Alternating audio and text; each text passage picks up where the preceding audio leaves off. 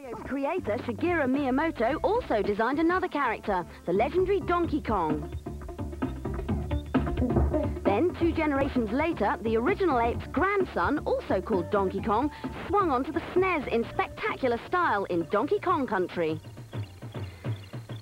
It caused a storm on its release, mainly for its graphics. What was it like creating a 16-bit game like this? I think developing Donkey Kong on the Super NES was extremely difficult. It was enjoyable, but it was difficult because we're trying to get the most out of a 16-bit system, trying to make it look like a 64-bit system. Okay, it all looks very nice, but why have we chosen it for Game of the Week? Well, as far as playability goes, it's pretty good too. However, some people thought that the gameplay was a bit similar to other platformers, and they certainly had a point. It is just a platformer, but the game controls, hidden secrets, and its sheer size make it a winner. You can play the part of either Donkey or Diddy Kong, who each have their own abilities, and you can swap them around depending on the skill you need at the time. For example, although Donkey is slower, he can take out enemies with 1 stomp, whereas Diddy usually takes 2. But Diddy wins hands down in the speed and agility department, and he can often jump a lot higher than Donkey. There are loads of other characters in the game, but they're really just there to help you. For example, the Rhino will give you a ride and headbutt the odd baddie. And the Swordfish can guide you through the perilous waters and jab those evil fish with his nose. There are plenty of hidden secrets to find in the game, and these usually involve doing something out of the ordinary, like going left at the beginning of a level instead of right, or throwing a barrel at a certain part of the wall. The rewards for finding these clever devices are always worthwhile, like extra lives, power-ups, shortcuts, and bonuses.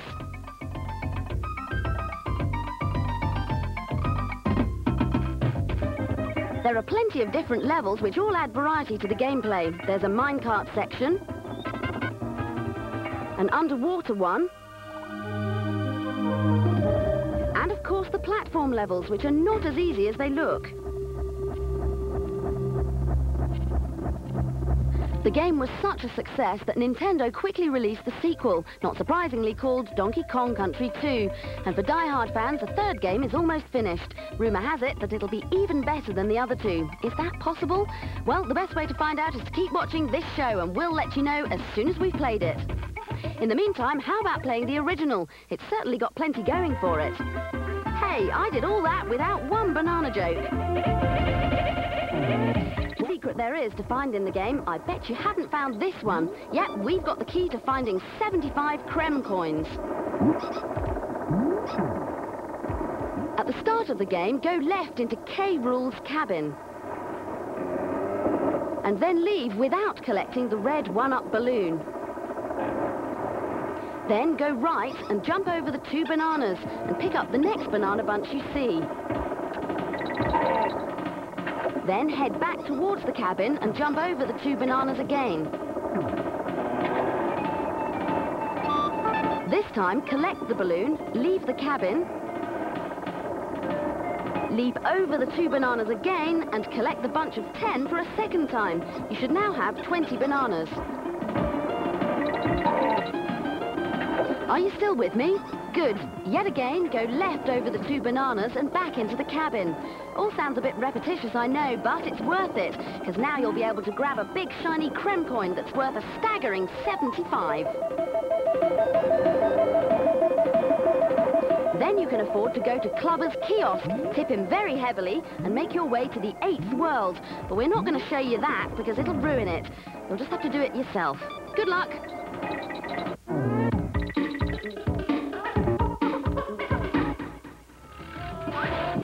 Is Command and Conquer. Number 1 slot is Duke Nukem 3D. The Neverhood, a stunning-looking strategy game created entirely using clay animation. But what exactly is the Neverhood? The game is about a little man made out of clay named Clayman, and it's kind of a morality play. He has to find out why he exists and how the world was made, and there's kind of a huge betrayal that went on many generations before him that we learn about through our experiences as we control Clayman. It all starts when Hoborg, the lonely ruler of a magical world, creates a fantastical land all made from clay. But the clay is magic, and soon all the inhabitants of the neighborhood come to life. As always, there's a baddie lurking somewhere, and one of Hoborg's creations, called Clog, has plans to overthrow his ruler. And here's where Claymen, and therefore you, come in. Yep, you've guessed it, it's up to you to save the clay. The Neverhood comes from Steven Spielberg's company DreamWorks and was created by Doug TenNapel, the man responsible for Action Annelid, Earthworm Jim. The quirky humour and zany characters in his latest game have got Doug's distinctive touch written all over it.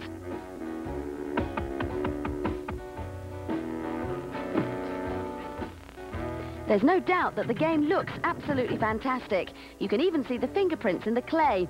And speaking of the clay, the game's creators used over 3 tons of the stuff for the sets and characters. Just how did they do it? And the way that we do all of the animation in the Neverhood is stop motion animation. That is, you take a puppet and basically you move it a little bit and take a picture, move it a little bit and take a picture. 1 second of animation takes 15 frames. All sounds great, but what about the all-important gameplay? Well, you basically have to solve a series of puzzles which become more difficult as you go along. On the way, you'll meet some very strange and wacky-looking enemies, and you'll need loads of brain, not brawn, to overpower them. We're not going to give too much away about the game right now, but we were lucky enough to play an early version. It can only be described as absolutely incredible to look at and play, so we'll have more on the squidgy superhero Clayman very soon.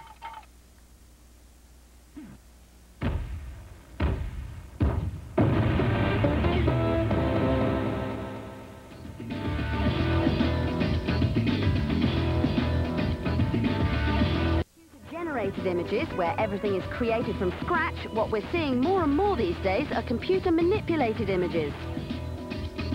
One of the most famous and at the time groundbreaking examples of this is the pop video for Michael Jackson's Black or White. Can you spot where one person ends and the other starts? Of course, what you can't fail to have noticed is that this isn't something you can do at home. An animation can take weeks or even months to finish. And of course, the software that performs this digital magic only works on those super powerful, super expensive graphics workstations. But why should special effects companies have all the fun? I mean, what would you do if you had similar things at home? Kai's Power Goo might be the strangest name for a bit of software you've ever come across, but it uses some of the most powerful 2D graphics technology ever to hit our computer screens at home. Power Goo treats pictures as if they're made of some mysterious liquid to be stretched, smeared, swirled or blended together, creating some truly amazing effects. Everyone's done funny things to the Mona Lisa, but why not try it out on your friends instead? Make those lovely eyes just a little bit smaller, and that big smile a tad more toothy. Yikes. Now, this is only part of the fun, because each time you decide you really like what you've done, you can make your masterpiece an animation keyframe.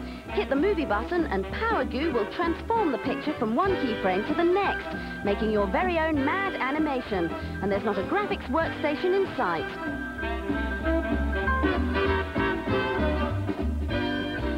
If gooing isn't enough to keep you happy, then mixing together your friends' faces in the fusion room might help. Pick any 2 pictures to fuse, choose the bits you want, and just blend them with yet more very simple but very powerful tools. And you can then take the resulting picture and goo it all you like.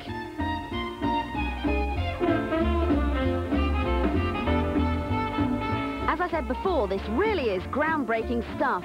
At a recent demonstration, professionals from the visual arts world were amazed that these effects were happening on a fast home computer and in real time. Oh yes, and then there's the price. Graphics software this powerful usually costs thousands and thousands of dollars. Kai's Power Goo costs about the same as a good brush and a couple of cans of paint.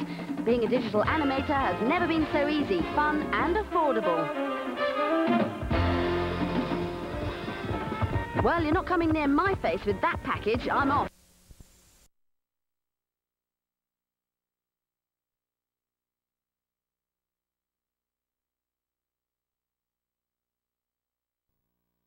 Ayers Rock is also called Uluru. If you jump aboard a boat, train or plane, you can take a special journey to another continent in a fraction of the usual time. Your journey took 13 days. Notch up enough of these trips and you'll become a world traveller. And if you find a submarine or space shuttle, you can really go out of this world, which is where you'll discover some of the package's more impressive animation.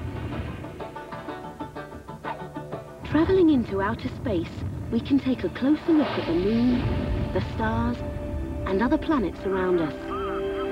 From space, scientists can learn a lot about how the Earth was formed many millions of years ago. Other options allow you to collect stickers for a sticker book and play games like this treasure hunt. My First Amazing World Explorer is a great way to travel without leaving the comfort of your own home. What it lacks in animated action, it makes up for in interest and its range of activities. So if you're a real geography buff or you want to learn more about the world, jump into this CD-ROM to make a big splash. Got a PC CD? Well, get set for this week's Top 10. At 10, it's Realistic Flight Sim TFX EF 2000. Still in the charts at number 9, it's FIFA 96. Slipping to 8 is the educational but fun Encarta 96. At 7, we've the strangely titled Little Big Adventure. Battling away at number 6 is Command & Conquer. Those slimy worms are hanging in there at 5. Flying in at number 4 is Wing Commander 3. And building its way up the charts to 3 is Settlers 2. Building again, but this time it's a theme park at 2. But dashing to the number 1 slot is Duke Nukem 3D. Coming up, we go deep in the jungle with Jim, get distorted with a pile of goo, and clown around with Clay.